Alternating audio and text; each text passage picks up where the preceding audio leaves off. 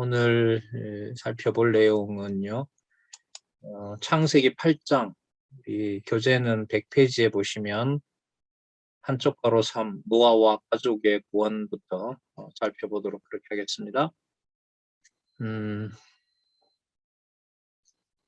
자, 노아와 가족 구원. 자, 거기 먼저 보시면 창세기 6장 8절이 나오네요. 그러나 노아는 여호와께 은혜를 입었더라, 이렇게 나오죠. 이게 6장 8절을 이미 근거를 들고 있기 때문에 이제 이 8절은 6장 8절에서부터 진행되어 왔다. 이걸 여기서 일단 보여주는 겁니다. 그리고 그러나라는 접속사는 우리가 지난번 확인한 것처럼 그 시대에 어떤 사람들도 심판을 면할 수가 없는데 하나님의 은혜로 여기 나오죠. 여호와께 은혜를 입었더라. 그 노아가 여호와께 은혜를 입은 거기 때문에 노아한테서는 하나님의 백성으로 구원받아야 될 게 나오질 않습니다. 그게 바로 은혜 아니겠습니까? 자, 여기까지는 노아와 가족 구원의 근거가 하나님의 은혜인 것을 우리가 알 수 있죠. 그리고 그러나 속에는 모든 인류를 이제 멸하시겠다는 바로 그 사건이 나타나고요.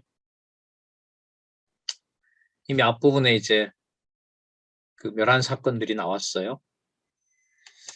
그 다음에 보시면 요한복음 3장 16절이 나왔네요. 우리가 익히 아는 구절인데, 자, 101페이지의 그 연결을 좀 보도록 할게요. 이는 마지막 아담 메시아에 의해 택한 백성의 구원받을 것에 대한 예표로서의 모형과 그림자다. 잘 아시는 것처럼 하나님이 세상을 이처럼 사랑하사 독생자를 주셨으니 이는 저를 믿는 자마다 멸망치 않고 영생을 얻게 하려 하심이라. 자, 마지막 아담을 소개를 하고 있죠. 마지막 아담을 얘기하면 창세기 1장 28절이 당연히 들어와야 될 것이고요. 다손 언약, 당 언약, 홍채 언약 모두가 연관이 된 것이고, 그 다음에 택한 백성이 구원받을 것이다 라고 했을 때 택한 백성은, 자, 여기서요. 택한 백성은 창세기 6장 8절을 조금 전에 설명했잖아요. 창세기 6장 8절에 보면 노아는 여호와께 은혜를 입었더라 이렇게 나옵니다. 그래서 마지막 아담에 의해 택한 백성으로 구원받을 자는 누가 은혜를 베푸신 자를 말할까요? 여호와께서 은혜를 베푸신 자를 말하는 겁니다. 6장 8절과 요한복음 3장 16절을 연결을 하면은요. 그리고 그것에 대한 예표로서의 이제 모형과 그림자인데 3장 16절을 다 살펴보면 영생을 얻게 하신다는 말씀이 있잖아요. 그러면 창세기 6장 8절과 요한복음 3장 16절을 엮으면은 여호와께서 여호와의 은혜로 인간의 어떤 그 행위나 공로를 없애고, 왜 없앤다는 말을 쓸 수 있냐면 7장과 8장에서 뭘 하셨기 때문에, 전부 심판하셨기 때문에 이제 그렇게 말할 수가 있습니다. 그리고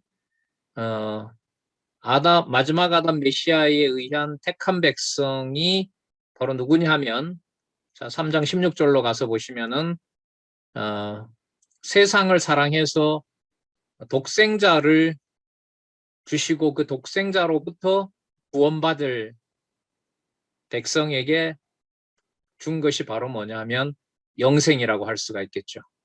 그 여호와의 은혜로 당신이 오셔서, 독생자를 그렇게 좀 설명을 할게요. 당신이 독생자를 보내셔서, 뭐 이렇게 해도 되고, 독생자를 보내셔서 또 말씀이 육신이 되도록 하셔서 영생을 얻게 하셨다. 자, 이렇게 일단 정리를 하고요. 한쪽 가로 일로 한번 가볼게요. 여호와의 은혜와 그 다음에 독생자를 보내셔서 당신이 영생을 얻게 하도록 하신다, 이거였죠.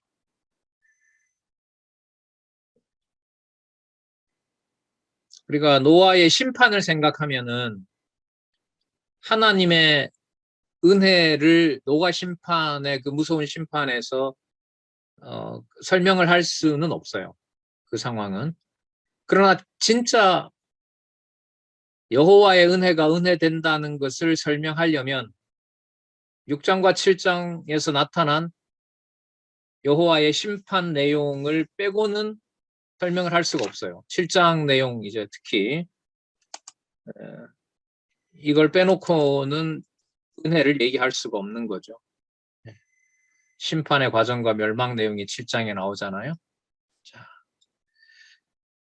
그리고 7장 나올 때 우리가 지나왔지만 그 계시록 근거도 나와 있었고요.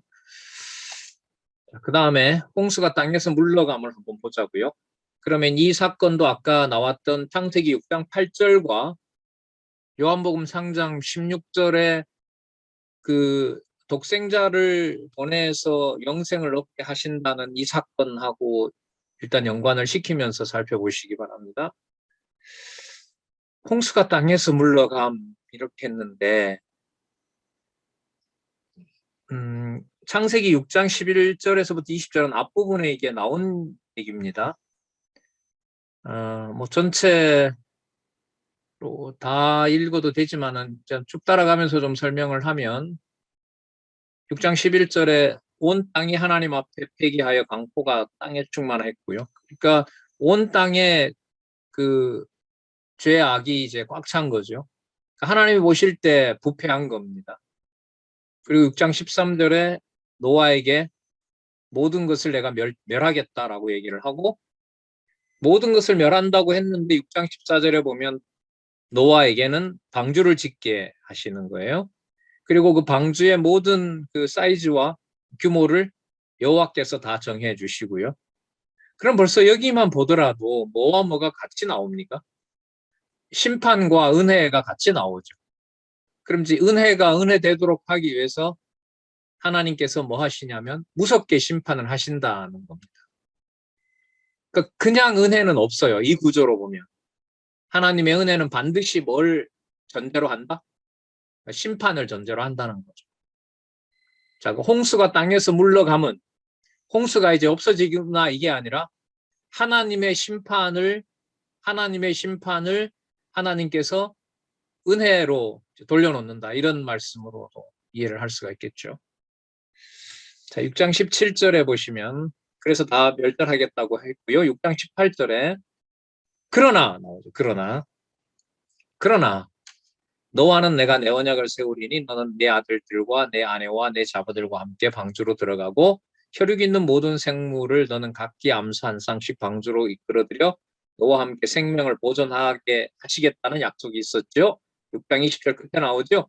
그 생명을 보존케 하리라고 했던 약속대로 물이 이제 물러간 거죠.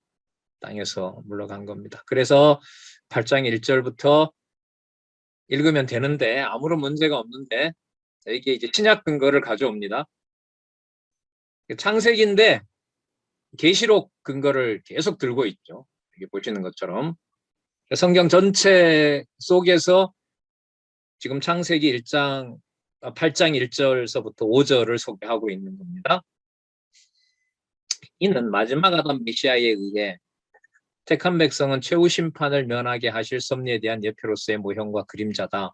도대체 무슨 내용이 나오길래 그래서 계시록 21장 8절을 볼게요. 그러나 두려워하는 자들과 믿지 않는 자들과 흉악한 자들과 살인자들과 행음자들과 술객들과 우상 숭배자들과 모든 거짓말하는 자들은 불과 유황으로 타는 못에 참여하니 이것이 둘째 사망이라.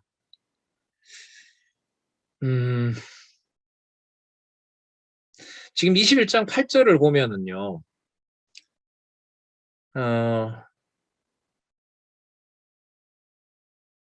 최후 심판을 면하게 하실 섭리라고 했는데 이거 21장 8절에 보면 최후 심판을 받을 자들을 지금 소개를 하고 있어요. 여러분 제가 읽은 거 21장 8절 맞죠? 이 본문이. 맞습니까? 확인을 안 하십니까? 맞는 거 확인한 사람 동그라미. 그 본문 아니라고 하는 사람은 X. 맞아요? 네. 근데 여기 보면 두려워하는 자들, 믿지 않는 자들, 흉악한 자들, 살인자들, 행운자들, 술객들, 무상숭배자들, 모든 거짓말하는 모든 자들 불과 유황으로 가서 참여하게 되고 이게 바로 둘째 사망이다 이렇게 얘기를 하신단 말이죠. 그럼 이거 홍수가 땅에서 물러감하고는 좀 안 맞잖아요. 그런데 21장 8절을 왜 들었을까요?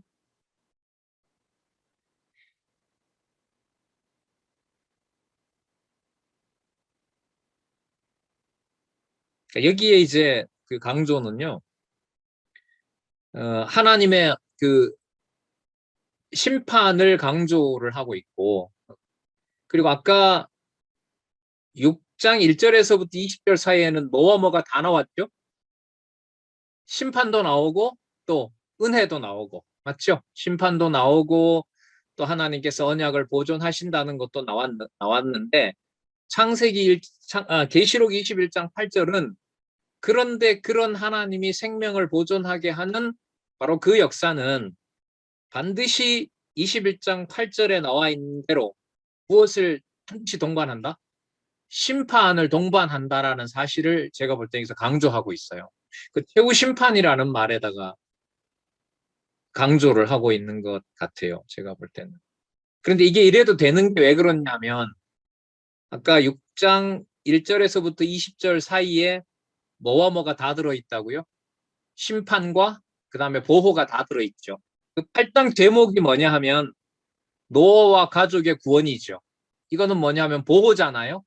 그런데 그 보호가 인용을 보시면은 6장 1절에서부터 20절이 보호만 얘기하는 게 아니라 무엇 가운데서 보호를 하시는 거예요? 멸망 가운데서 보호를 하는 거잖아요. 그리고 최후 심판 가운데서 보호를 해요. 그럼 최후 심판에서 남겨진 자들은, 남아있는 자들은, 아까 요한복음까지 좀 써볼게요. 요한복음의 영생을 얻도록 하게 하는 자는 전적으로 누구의, 아까 그러나 노아는 은혜를 입었더라 나왔으니까 무엇으로 말미암는 구원이 가능하겠어요? 보호가 가능하겠어요? 은혜로 말미암는 구원만 가능한 거죠. 그러니까 계시록 21장 8절을 그 8장과 창세기 8장과 그 관계를 이렇게 만들어서 정확하게 이제 이해를 하려면 상황은 목적은 노아를 구원하는 은혜에 맞추고 3대 언약을 자손 언약을 보존하는 것에 맞추는데 그게 여호와의 은혜라는 사실을 전적으로 강조하기 위해서는 무엇을 반드시 넣어서 설명을 한다? 심판을 넣는다는 거예요. 그리고 그걸 어디에 있는 사건까지 가져와 버렸어요? 마지막 최후 심판에 해당하는 것까지 가져와서 설명을 하는 거예요.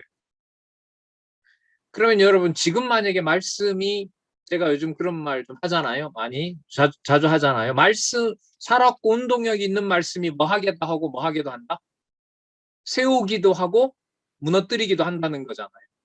그러면 세우기도 할 때 하나님의 택한 자손들을 보호하고 진리를 진리로서 세우실 때 보존하실 때 상상할 수 없는 뭐가 반드시 따르게 된다?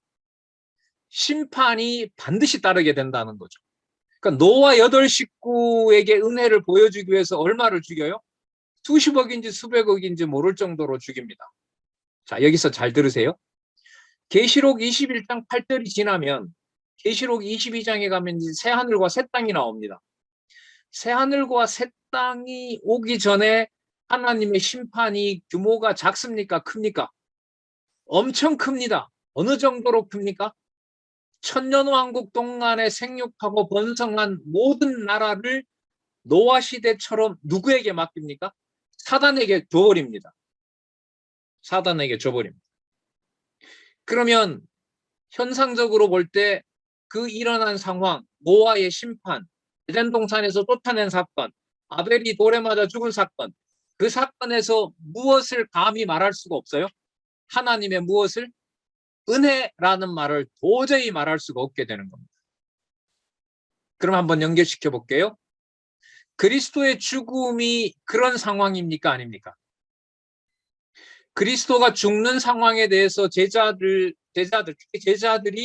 그 사실을 용납하고 받아들입니까? 결국은 전부 다 사건 앞에서 도망갑니까? 도망가는 거죠. 그러니까 그리스도의 그런 어떤 심판 광경 앞에서 그리스도가 자기 몸을 내어주는 그 광경 앞에서 하나님이 은혜로 그리스도를 독생자를 이 땅에 보내서 우리를 살려준다라고 받아들여요? 못 받아들여요? 못 받아들여요. 자, 그럼 이렇게 말씀드려 볼까요? 은혜는 절대로 내 능력으로 은혜를 깨달을 수 없습니다. 은혜는 주면 갖다 내가 받는 게 아니에요. 은혜 이러면 우리는 좋게 생각하잖아요. 나한테 좋은 거, 우리에게 좋은 거. 그런데 지금 이 창세기 7장에서부터 8장의 이 근거를 들고 있는 내용들로 봤을 때는 하나님의 은혜라는 개념만 남지 그 주위에 있는 모든 상황들은 무엇이 임한 상황으로 설명을 해요? 하나님의 심판이 임한 상황으로 설명합니다. 여러분 로마서 요즘 공부하니까 잠시 쓸까요?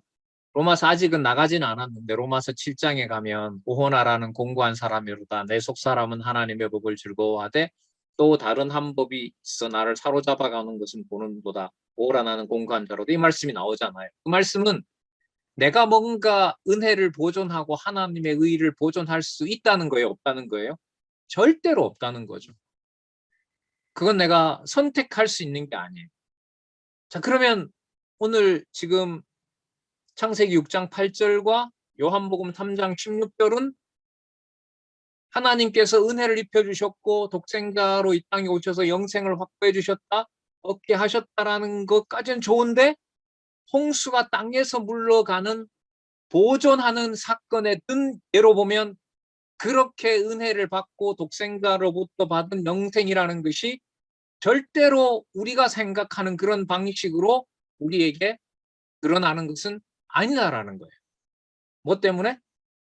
창세기 6장 11절, 20절에 별들하는 부분과 계시록 21장 8절에 하나님의 심판이 얼마나 무서운가를 기록한 이상.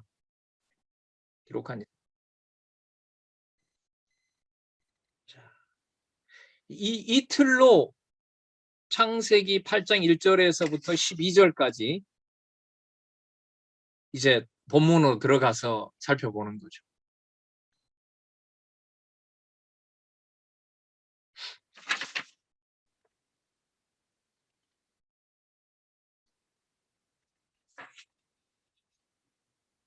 자, 그 다음에 질문은 나중에 하시면 됩니다.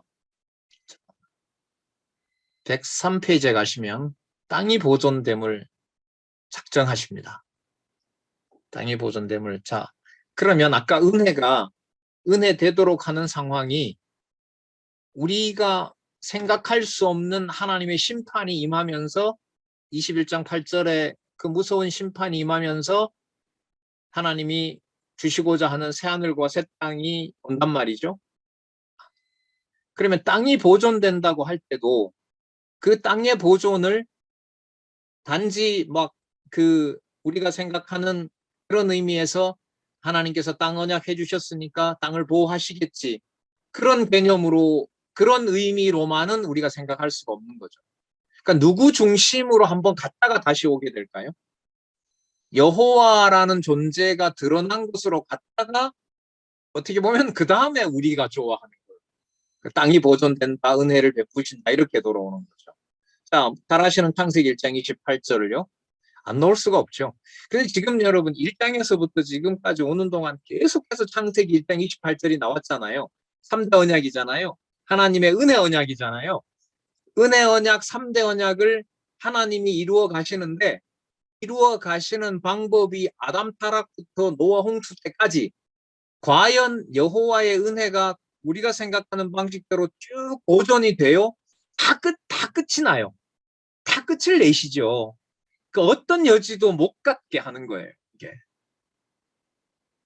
그래서 우리가 죄인의 눈 이렇게 지금 얘기를 하는데 사락운동력 있는 말씀이 여러분들과 저에게 깨달아지게 되는 과정은 깨닫게 되는 과정은 그 하나님의 심판이 사락운동력 있는 말씀이 은혜가 은혜되도록 하실 때는 뭐가 따르게 된다?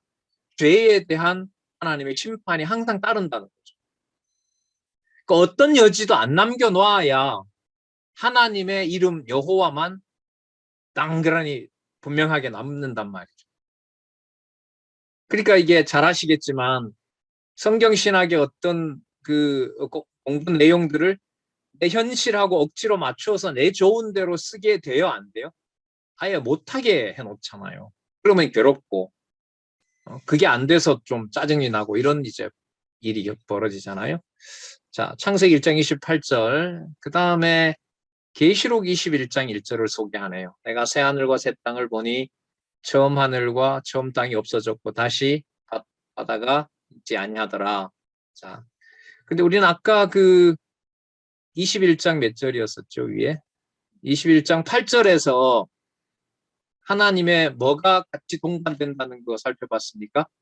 심판이 동반된다는 사실을 살펴봤죠. 그러니까 새 하늘과 새 땅, 그러니까 노아가 방주에서 나와서 이제 땅에 정착하게 된 그 사건의 이면에는 그 있던 과정에는 하나님의 무서운 심판과 함께 그 은혜가 은혜되도록 보존된다. 자, 이걸 우리가 여기서 이제 기억해야겠죠. 그리고 이제 본문에 읽어 나갈 때도, 본문에 연결을 해갈 때도 이런 틀 속에서 공부를 해갔으면 좋겠습니다. 처음 하늘과 처음 땅이 없어진 것하고요. 노아 홍수에서 인류를 멸하게 한 사건하고 관계가 있다 없다? 있다. 그 처음 하늘과 처음 땅을 어느 정도로 하나님이 없애버려요? 회복된 에덴 동산마저도 누구에게 줘요? 사단에게 주잖아요. 왜? 뭐 할 거니까. 사단을 심판할 때 같이 없애버리는 거잖아요. 사단의 손에 맡겼다는 말은 부패하게 한 것이고 그 사단을 아까 12장 그 8절에서 전부 다 멸한다고 했고 그걸 심판하신다고 하는 내용이 조금 전에 나왔기 때문에 자, 그래서 처음 하늘과 처음 땅이 없어졌고 바다도 다시 있지 않더라라고 하는 것은 새 하늘과 새 땅이 어느 날 그냥 툭 튀어나온 게 아니라 이 땅에 있었던 어떤 흔적도 전부 다 뭐 해버렸다? 다 지워버렸다. 그러면 무슨 사건이 점점 들어오죠?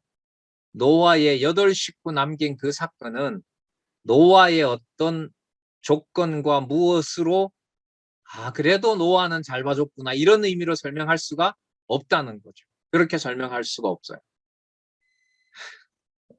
그러면 여러분 그리스도가 오셔서 세우신 하나님 나라는 어느 정도는 예수님이 고쳐서 쓰고 어느 정도는 예수님이 이렇게 과거 것을 갖다 고쳐서 쓰고 어떤 부분들은 예수님이 좀 추가하고 이렇게 해서 만들어진 게 하나님 나라입니까? 아니면 유대의 모든 나라를 일체 다 부정하신 겁니까?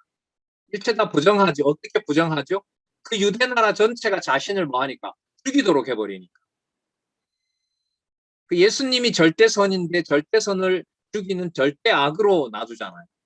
그러면서 자손 땅 통치 언약을 천국 혹은 하나님 나라로 이루시는 거죠.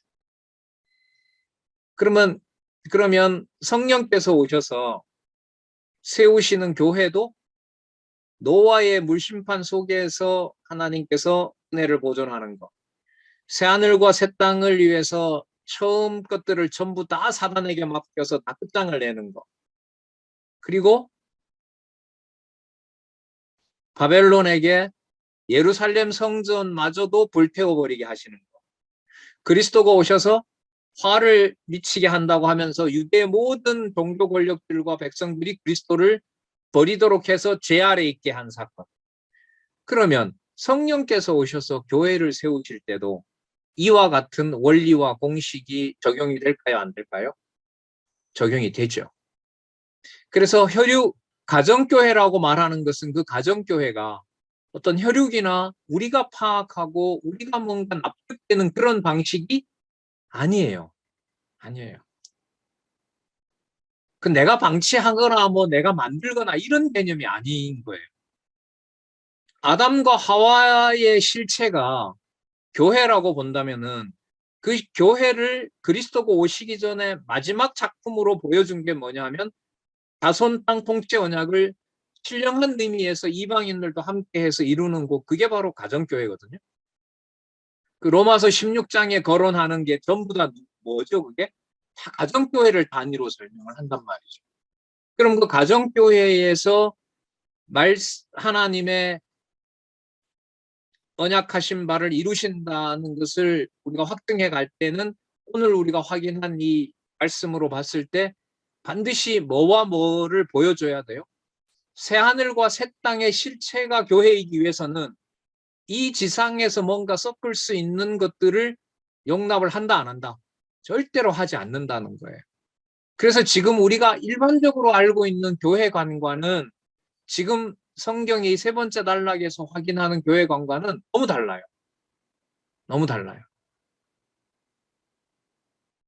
그 오직 여호와의 이름을 여호와의 방식대로 두고자 하는, 그게 우리가 손을 댈 수도 없고 뭐 우리가 뭐 관심을 갖건 안 갖건 어떤 면에서는 상관이 없어요. 하지만 분명히 노아의 이게 준 은혜가 은혜되도록 하기 위해서 반드시 뭘 하신다? 상상할 수도 없는 심판이 임한다는 거죠. 그럼 가정교회에서 그 심판이 일어나는 것을 뭘로 확인할 수 있느냐? 말씀을 던져놓으면 돼요, 하나님께서. 그럼 뭐 할 자와 뭐 할 자가 구분이 돼요?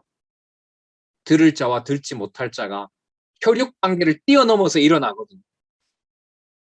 그 속에 어떤 방향으로 흘러갈지에 대해서는 뭐 저도 알 수 없고 제 가정교회도 알 수 없고 여러분들도 알 수 없어요. 그러나 분명한 것은 8식구를 남겨놓고 누구의 이름이 손상을 받지 않았다고 얘기하는 거예요. 여호와의 이름은 8명이 남아도 전혀 손상이 없다는 거예요. 여러분, 아벨이 맞아 죽었잖아요, 형한테. 여호와의 이름이 있어요, 없어요? 아담이 생육하고 번성한다는 흔적이 있어요, 없어요? 없잖아요. 왜? 의롭다고 했던 아벨이 뭐 해버렸으니까? 죽어버렸는데 지금 자손 언약이 어디 있어요?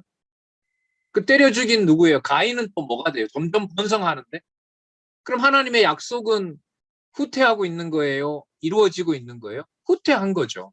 그런데 그러면 그때 여호와 이름이 없나요? 없다고 할 수 없죠. 왜? 셋이 태어나도록 하시기 때문에. 그 우리 생각으로는 우리 생각보다 제 생각으로는 죽은 아벨은 아벨이고 다시 주는 셋은 셋인 거지. 무슨 셋을 아벨 대신으로고 말하냐. 내 부모 입장에서 봤을 때는 이미 아벨이 맞아 죽을 때는 여호와는 당신의 자손 언약을 거두어 갔다고 해야지. 아벨을 그런 방식으로 죽여서 여호와는 자기의 이름을 언약대로 이루시는 분으로 계시하신다? 자, 이런 질문은 제 중심에서 던지는 건데 여호와는 어떤 방법을 쓰신 거죠? 그런 방법으로 쓰신 겁니다. 그런 방법으로. 그리고 히브리서에 가면 그 아벨을 죽었다고 하지 않죠. 예수님의 부활 얘기해 보면 아브라함, 이삭, 야곱은 전부 다 무슨 자라고 합니까? 산 자라고 얘기를 하죠. 살아있는 자라고 얘기를 한단 말이죠. 자, 계속해서 한번 볼게요. 타라쿠 시조와 언약한 내용을 한번 볼게요. 창세기 1장 28절 또 확인하고요. 자, 창세기 1장 28절은 계속 동일한 구절이 반복되는 것이 아니라 주어진 오늘 같으면 심판 속에서 3대 언약을 누구의 방식으로 이루어간다? 여호와의 방식으로 이루어간다. 자, 거기에 일단 초점을 맞추시기 바라고요. 계시록 21장 6절 한번 볼게요. 또 내게 말씀하시되 이루었도다 나는 알파와 오메가, 이루었도다 성취했다 이 말인 거예요. 나는 알파와 오메가요 처음과 나중이라 내가 생명수 샘물로 목마른 자에게 값없이 준다 이렇게 나옵니다. 창세기 1장 28절이 성취로서 이루었다는 것은 아마 계시록 21장 6절에 이렇게 낱말로 나오는 건 여기가 가장 분명할 겁니다. 그러니까 창세기 1장 28절의 언약은 어디 가서 이루어진다? 계시록 21장 6절에서 이루어졌다 이 말씀이에요. 자, 여기에서 아까 창세기 7장 그리고 아까 8장에 물이 잦아들게 하면서 무엇 가운데서 보호하신 거예요? 모든 인류를 심판한 가운데서 보호한 거잖아요. 그러면 창세기 1장 28절에 언약한 것이 계시록 21장 6절에서 이루었다. 알파와 오메가다. 그러니까 내가 시작한 대로 다 완성했다.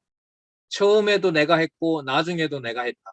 그리고 결과가 내가 생명수 샘물로 목마른 자에게 값없이 준다고 했을 때 생명수 샘물 그리스도 요한복음 3장 16절로 보면 영생이라고 할 수 있는데 그 영생 혹은 생명수 생물을 값없이라는 말이 무슨 뜻이죠? 은혜. 맞죠? 은혜. 그러니까 그러나 노아는 뭘 입었더라? 은혜를 입었더라고 했을 때 그러면 노아는 값없이 심판 가운데에서 살아나게 된 거죠. 하나님께서 살려놓으신 거고 자손 언약을 이루는 증거로 주신 겁니다. 자, 그러니까요. 이 창세기 1장 28절과 계시록 21장 6절은 우리 큰 틀로 보면 창세기 1장 28절은 언약이고요. 그리고 계시록 21장 6절은 뭐예요? 성취라고 할 수가 있겠죠. 근데 여기서 단 하나, 아까 심판을 우리가 배웠기 때문에 언약하고 성취하시는 것의 목적이 1번, 인간에게 은혜를 베풀려고 한다. 2번, 인간에게 준 은혜를 통해서 여호와 계시를 확정하려고 한다. 몇 번요? 2번. 그런데 꼭 뭐가 들어간다? 심판을 뺄 수가 없다. 그러면 여러분 말씀이 여러분과 저에게 들리잖아요. 그러면 뭐가 일어날까요? 하나님이 좋아하시는 것들로 만들어 놓기 위해서 하나님 여호와를 섬기기에 부적합한 것들, 하지만 나는 놓고 싶지 않는 것들, 그걸 전부 누가 내려놓게 하실까요? 하나님께서 전부 다 내려놓게 하시는 거죠. 그게 교회 창립에서부터 마지막 교회 승리에까지 역사적으로는 그렇고요. 여러분들과 제 개인을 이 땅에 두시는 동안에도 그렇죠. 그걸 숨길 수가 없어요. 그게 숨긴다고 되는 문제가 아니죠. 그러면 여기에서 심판이 임한다는 것은 말씀을 우리 듣기 좋은 것만 골라서 뽑아서 하면 심판이라는 게 일어날까요? 안 일어날까요? 안 일어나죠. 얘기하기도 싫어하고 심판 얘기 누가 좋아하겠어요. 그러니까 기록된 말씀을 정확하게 전하는 것만큼 무서운 심판이 없어요. 뭔가 입을 뗄 수 있으면 그쪽 누군가가 듣건 안 듣건 간에 어디에 더 충실한다? 기록한 말씀에 더 충실한다. 그런데 그 성경 말씀에 대해서 내가 이렇게 고민하고 읽어보지 않으면은 그 일이 주어졌을 때 내가 뭔가 할 게 없죠. 그 상황이 굉장히 무서운 상황이고 받을 은혜에 대해서는 너무너무 감사한 거죠. 이렇게 시간을 우리가 낼 수 있도록 하고 말씀을 말씀대로 정확하게 보기 위해서 창세전으로 가는 길을 세 번째 단락에서 확인하고 본문에 내려와서도 누구 중심으로 본문을 보게 하고 여호와 중심으로 보게 하고 그리고 누구는 심판받고 무엇은 심판받고 내 어떤 본성 속에 있는 모든 것은 뭐하게 하고 다 내려놓게 하고 어느 정도로 노아에게 한 것처럼 심판한 것처럼 노아 시대 홍수를 심판한 것처럼 마지막 날 악의 권세를 전부 심판하는 것처럼 그 일이 뭐 할 때 일어난다고요? 정확하게 기록한 말씀을 그대로 선포하게 할 때 일어납니다. 그러니까 이 일이 이제까지 좀 약했던 거죠. 여러 행사들 또 교회의 과거의 어떤 뭐 노예제도 당회에서 만든 어떤 법규 이런 것들 때문에 정확한 진리의 말씀이 그 순서대로 그렇게 많이 전달되는 것이 굉장히 아쉬웠고 이 일을 많은 지도자들이 가정교회에서 그렇게 하셔야 된다라는 인간적으로 호소하고 그 시간을 많이 베풀어 주는 것을 하지 않았던 거죠. 그 일을 이제 하나님께서 이제 어떻게 해 가실지 좀 궁금합니다, 진짜. 계속 볼까요? 9장과 11장에 나타난 창세기 1장 28절, 계시록 21장 6절까지 갔죠. 자, 9장 내용도 마찬가지 내용을 반복하고 있네요. 여기서는.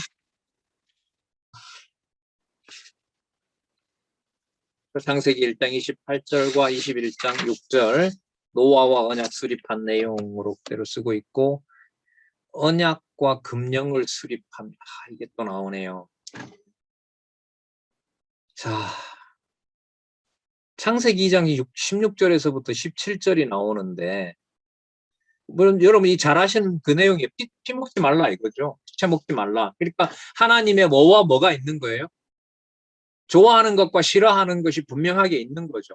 그런데 여러분, 심판 자체가 뭘 의미하죠? 하나님이 싫어하는 것은 심판하고 좋아하는 것은 보존하는 거 아니겠습니까? 맞죠? 그러면 노아에게 언약과 금령을 수립한다는 것은 누구하고 똑같냐면 아담에게 준 것하고 똑같죠. 창세기 1장 28절을 주시고 여기 있는 대로 모두 동시에 같이 줘요. 금과령을 같이 주는 거예요. 그렇게 했던 것처럼 잘 보세요.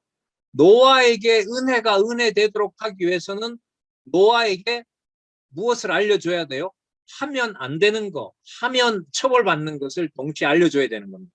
그런데 은혜가 은혜되도록 하는 방법을 지금까지 내용으로 봤을 때 은혜가 은혜되기 위해서 하나님이 심판하는 규모는 상상할 수가 있다 없다? 없다. 상상할 수 없다는 것은 하나님이 반드시 어디에 있는 구석에다도 찾아내서 악에 대해서는 뭘 하고 은혜를 주신다는 거죠. 심판을 하고 은혜를 주신다는 거죠. 그게 여러분 제가 볼 때는 관절과 골수를 진리의 말씀이 찔러 쪼갠 다음에 하나님이 원하는 자로 양육한다는 의미가 돼요. 그러니까 성경을 순서대로 하지 않고 사람들이 듣기 좋은 방식으로 또 설교하는 사람이 자기의 어떤 목적을 이루기 위해서 골라 뽑아서 쓰는 것은 하나님의 은혜와 심판의 그 균형을 하나님 살아계신 증거로 제대로 전달하는 걸까요? 아닌 걸까요? 아닌 거죠. 그래서 여러분 1페이지부터 9882페이지까지의 연결이라고 하는 것은 단지 통일되어 있다는 형식미가 아니라 본문을 꼭 연결해 가면서 운동력 있는 말씀이 우리가 공부하는 것이 아니라 그 말씀의 능력이 우리를 세우기도 하고 무너뜨리기도 하고, 불택자는 넘어뜨려서 끝내는 거고 하나님의 택한 자녀는 넘어진 과정 속에서 은혜를 받게 하고, 이렇게 정리를 할 수가 있겠죠. 자, 창세기 2장 16절에서부터 17절 보면 여호와 하나님이 그 사람에게 명하여 가라사대 동산 각종 나무 실과는 내가 임의로 먹되 선악을 알게 하는 나무의 실과는 먹지 말라. 네가 먹는 날에는 덩령 죽으리라 약속하셨죠? 그리고 그대로 이루어졌습니다. 신약의 근거를 로마서 5장 14절을 가져오네요. 볼게요. 무슨 내용인지. 그러나 아담으로부터 모세까지 아담의 범죄와 같은 죄를 짓지 아니한 자들 이외에도 사망이 왕노릇하였나니 아담은 오실자의 표상이라. 자, 아담은 오실자의 표상이라고 지금 얘기를 하는데, 아담의 경우가 이 본문에 보면 모세가 율법을 받기 전에도 아담이 범죄했기 때문에 무엇이 왕노릇했다는 거예요? 사망이 왕노릇했다는 거죠. 그럼 사망이 왕노릇했다는 말은 하나님의 은혜가 그곳에 있다는 거예요? 없다는 거예요? 없다는 거죠. 그러니까 육의 몸으로 보면 아담의 후손들은 여기 나와 있는 것처럼 사망의 통치 아래에 있는 거예요. 사망의 통치 아래. 하나님이 보실 때 의롭다고 하는 자가 하나도 없다는 겁니다. 자, 아담이 범죄하지도 않았는데, 아담과 우리가 그 범죄에 동참하지도 않았는데 아담과 같은 죄를 짓지도 않았는데도 하나님이 사망이 뭐 하도록 해버린 거죠? 왕노릇하도록 해버린 겁니다. 자, 그럼 이 말은 무슨 내용일까, 이게 도대체? 노아의 아들들에게 피를 먹지 말라, 이렇게 말하는데 왜 이런 구절들이 들어가는 걸까요? 아, 노아의 아들들에게도 피 먹지 말라고 약속했는가 보다.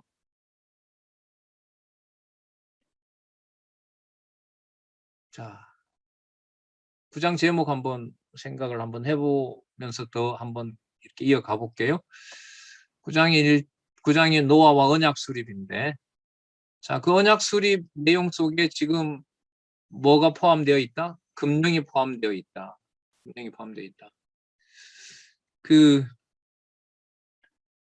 아담에게 준 창세기 1장 28절의 약속을 2장 16절로 17절에 있는 내용이 이루어지면서 3장에 하나님이 불러서 저주할 때 3대 언약을 폐기합니까? 3대 언약을 더 부각시키는 면이 있습니까? 부각시키는 면이 있죠. 아담에게 땀 흘린다고 하지 3대 언약 주관 못한다는 말 하지 않고, 하와에게 고통이 따른다고 했지 자손 못 낳는다고 한 적도 없고요. 사단 같은 경우에는 땅으로 기어다닌다는 말은 이제 땅을 통치한다는 거거든요. 땅을 내준다고 하지만은 사단이 승승장구하는 것이 아니라 마지막에 뭐 한다? 여자의 후손이 와서 너 머리 밟아버린다. 그야말로 최후 심판을 약속을 하시는 내용이 바로 그 3장에 나오잖아요. 그럼 노아에게 언약의 금령을 준다는, 언약과 금령을 준다는 것은 창세기 2장 16절에 아담에게 줬던 것과 같은 방식으로 금령을 줌으로써 언약을 이루어 갈 수 있는 어떤 근거도 아담처럼 누구에게서 찾을 수 없게 한다? 노아의 어떤 가족 신분이나 노아의 어떤 뭐 행위나 이런 데서 절대로 찾을 수 없게 한다는 겁니다. 그리고 로마서 5장 14절이 들어가면 뭐가 되냐 하면, 노아가 어떤 한 행동과 상관없이 누구의 지배를 받아요? 사망의 지배를 받는 거죠. 누가 그랬기 때문에? 아담이 그랬기 때문에. 뭐, 무슨 얘기가 있냐면, 아담과 노아가 같이 살았다, 나이 계산을 하면 뭐 그런 얘기가 있어요. 그거는 여기서 뭐 중요한 건 아닙니다. 어쨌든 아담의 범죄한 것이 누구에게 그대로 적용이 되는 거죠? 노아에게 그대로 적용이 되는 거죠. 그 노아에게 그대로 적용이 되는데 아담에게 했던 창세기 1장 28절의 언약도 동시에 누구에게 그대로 전해져야 되겠어요? 노아에게 그대로 전해지게 되겠죠. 그런데 그 전해지게 되는 창세기 1장 28절의 언약이, 그 언약을 이루시는 방식이 아담에게 창세기 2장 16절 17절을 주신 것처럼 노아에게도 고기의 생명인 피를 먹지 말라고 하나님께서 금하는 내용을 주시는 거죠. 그리고 그걸 어겼을 때는 하나님의 진노와 심판이 따르게 된다는 사실을 그 이후로 이제 보여주게 되는 거죠. 자, 그리고 이제 무지개 주는 사건이 나타나는데 그 언약의 증거를 알려주는 부분 한번 볼게요. 창세기 4장 4절 근거를 들고 있네요. 아벨은 자기도 양의 첫 새끼와 그 기름으로 드렸더니 여호와께서 아벨과 그 제물은 연락하셨다. 이렇게 일단 끊고요.